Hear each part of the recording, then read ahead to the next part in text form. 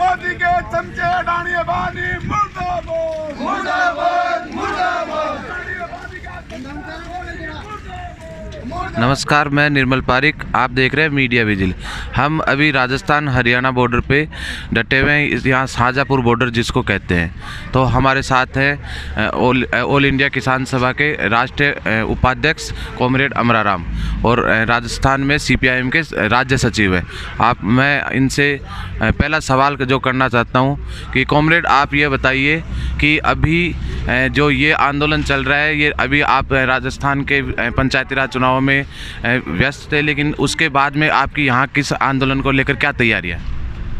बहुत ज़बरदस्त तैयारियां हैं। 26 नवंबर से देश का किसान दिल्ली कूच का आह्वान था, लेकिन राजस्थान में पंचायत राज संस्थाओं के चुनाव थे। 11 तारीख को चुनाव समाप्त हुए, हम 12 को चल दिए और 13 को हरियाणा राजस्थान बॉर्डर पे पहुंचे, जहां खट्टर सरकार ने रोकने का काम किया।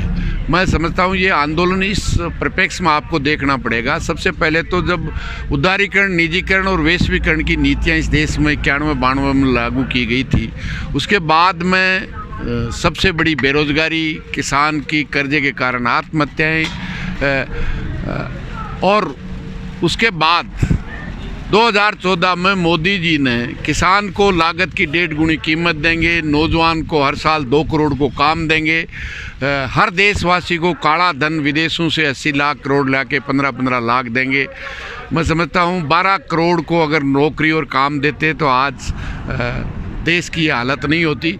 लेकिन जो रोज़गार मिला हुआ था, नोटबंदी, GST से उनको छीनने का काम किया है। नीतियों के खिलाफ आज खेती को भी उन कॉरपोरेट के हवाले करने का, मंडी ख़त्म करने का और आवश्यक वस्तु नियंत्रण को समाप्त करने का जो 3 काले कानून लेके आए हैं, मैं समझता हूँ हज़ारों की संख्या में आज में हैं और लोग रात और दिन लगातार तांता बना हुआ है।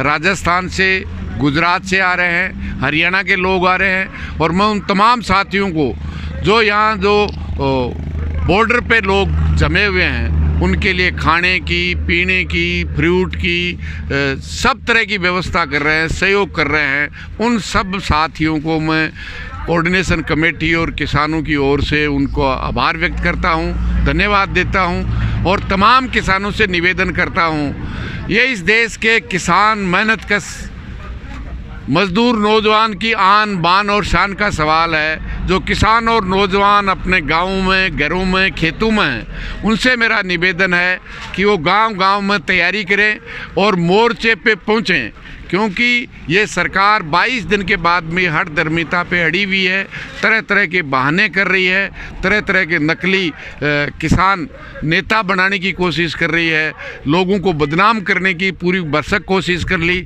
उससे किसान नहीं रुका, अब नकली किसान नेता तैयार करने की कोशिश की जा रही है। मैं समझता हूँ तमाम किसान और नौजवानों से मेरा निवेदन है कि इस देश को बचाना है, किसान बचेगा, देश बचेगा। मोदी, अडानी और अंबानी का देश की जागीर नहीं है, इस देश के 140 करोड़ मेहनतकश लोगों का देश है। उन्होंने देश को बनाया है और उस बनाए हुए देश को देशी और विदेशी कंपनियों के हवाले शिक्षा, चिकित्सा, बैंक, बीमा, रेल, हवाई अड्डा, खेती, सब कुछ कंपनियों को सौंप के केवल और केवल इस देश के किसान को मजदूर बनाना चाहते हैं। देश की जनता बेहाल है, चाहे वो किसान है, चाहे नौजवान है, चाहे वो मजदूर है, वो बेहाल है। और कंपनियां, देसी और विदेशी कंपनियां मालामाल हैं। ऐसी सरकार के जन विरोधी कानूनों को, काले कानूनों को जब तक सरकार वापस नहीं लेगी, जब तक हमारा मोर्चा जारी रहेगा। और अखिल भारतीय किसान कोऑर्डिनेशन कमेटी जो भी आदेश देगी, तो जो बैरिकेड लगा रखे हैं उनको भी हम सीधा करना जानते हैं। जब राजस्थान का किसान गड़साना में कर्फ्यू को हवा कर सकता है, कर्फ्यू को तोड़ के किसान सभा कर सकता है, तो राजस्थान का किसान जंतर मंतर भी पूछना जानता है। लेकिन कोऑर्डिनेशन कमेटी जैसा भी निर्णय करेगी, मैं समझता हूँ उसके अनुसार ये हमारा मोर्चा लगा रहेगा। आगे का जो भी आदेश होगा उसका पूरा करेंगे।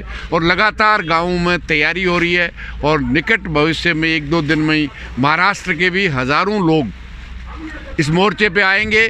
सैकड़ों की संख्या में मोदी की जो गुजरात है, जिस मॉडल को लेके आया था, वहाँ भी वहाँ की पुलिस को धत बता करके सैकड़ों की संख्या में किसान इस मोर्चे पे पहुँचे हैं।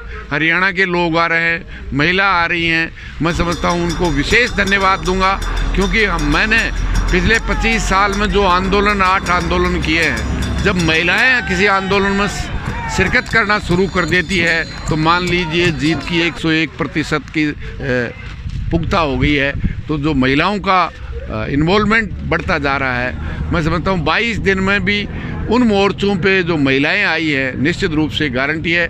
अभी देश के प्रधानमंत्री बौखलाए हुए हैं। वो कच्छ में जिस तरह से ड्रामा करते हैं, नकली किसानों को खड़ा करके फ़ोटो खिंचवाते हैं, कह रहे हैं ये तो बरगला रहे हैं। तो मैं मोदी जी से पूछना चाहता हूँ, अकाली दल की मंत्री सिमरनजीत कौर बादल किसने बहकाया है? अकाली दल जब भारतीय जनता पार्टी ऐसी में बनी थी, जनता पार्टी से अलग होकर के, जब से अकाली दल उनके साथ था, वो मंत्री पद भी छोड़ गए, वो एनडीए भी छोड़ गए। और इसी तरह से अगर किसानों की धैर्य की परीक्षा लेते रहे, तो एनडीए के बाकी घटक भी अगर उनमें थोड़ा बहुत भी ज़मीर है, तो मैं समझता हूँ वो छोड़ेंगे। और देश का सबसे किसान और मजदूर और नौजवान विरोधी प्रधानमंत्री, इससे पहले पंडित नेहरू से लेकर के मनमोहन सिंह तक, अटल बिहारी देवगौड़ा, गुजराल, मोरारजी देसाई, अनेकों प्रधानमंत्री बने हैं। लेकिन देश का सबसे बड़ा दुश्मन, देश की सार्वजनिक संपत्तियों को, रोजगार के अवसर सब बंद करने का काम किया है, खेती को कॉरपोरेट के हवाले करने के काले कानून लेके आया है। मैं समझता हूँ 2015 में जो ज़मीन छीनने के लिए भूमि अधिग्रहण अध्यादेश 3 दफ़े मोदी लाया था, 2015 में भी मोदी आ रहा था, किसान जीता था, और 2020 में भी मोदी हारेगा और देश का किसान, मजदूर और नौजवान जीतेगा। तो कॉमरेड, आपका कहना है कि किसानों को अभी मैं देख रहा हूं कि कुछ मंत्री इनके भाषण दे रहे हैं कि ये जो किसान है वो तो खेत में है, यहाँ तो नेता लोग बैठे हैं और अपनी नेतागिरी चमकाने के लिए बैठे हैं, यहाँ तो किसानों को भ्रमित किया जा रहा है, बरगलाया जा रहा है। इस पर आपका क्या कहना है? ऐसा है, ये बौखलाहट है, ये देश के प्रधानमंत्री की बौखलाहट है, और उनके अमचे चमचे भी हैं। इस देश में 2 ही राज कर रहे हैं, मोदी और शाह, हम 2 हमारे 2, अडानी और अम्बानी।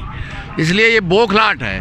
वरना तो आप देखेंगे कि मजदूरों ने ये आने के बाद 2 दफ़े हड़ताल कर दी, एक शब्द भी मोदी ने नहीं बोला, न मोदी के मंत्री ने बोला।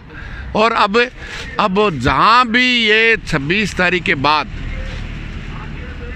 चाहे वो खालिस्तानी कहें, चाहे वो नक्सलवादी कहें, चाहे वो पाकिस्तान और चीन समर्थक कहें, किसी पार्टी द्वारा बहकाने की बात कहें, ये सब बौखलाहट की है। और हमने देखा है, हमने एक बार नहीं, राजस्थान में 8 दफ़े राजस्थान की भाजपा और कांग्रेस सरकार को, महाराष्ट्र की सरकार को झुकाया है।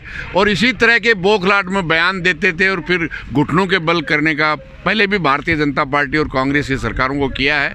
और देश, ये पहली बार ये मैं कहूँगा कि देश में इस तरह का जलजला, जिसमें किसान, मजदूर और नौजवान और महिलाएं जिस तरह से आंदोलन में उतरी है, देश की आज़ादी के 73 साल में देशव्यापी ऐसा आंदोलन, कश्मीर से कन्याकुमारी, नागालैंड से लेके कच्छ तक पूरा देश का किसान, मजदूर, नौजवान एक है और इसी आशा के साथ है कि निश्चित रूप से देश विरोधी, जन विरोधी जो निर्णय हैं, देश की सरकार को, मोदी को वापस लेना पड़ेगा। मोदी हारेगा, जनता जीतेगी।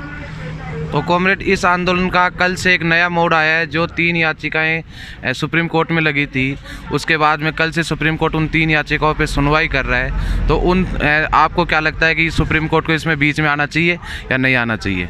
सुप्रीम कोर्ट को राज्य सरकारों को नोटिस दिया है, केंद्र सरकार को देना चाहिए। हम राज्य सरकार से मांग करने नहीं आए हैं। ये काले कानून देश की सरकार ने पास किए हैं, उनके खिलाफ देश का किसान आ रहा है और वो केंद्र सरकार को अगर नोटिस देते और इस बात के लिए कहते, कहा भी है उन्होंने कि निश्चित रूप से तो ज़्यादा बेहतर होगा, लेकिन ये कोर्ट का काम नहीं है। ये देश की सरकार जिसने काले कानून पास किए हैं उनको वापस लेना है।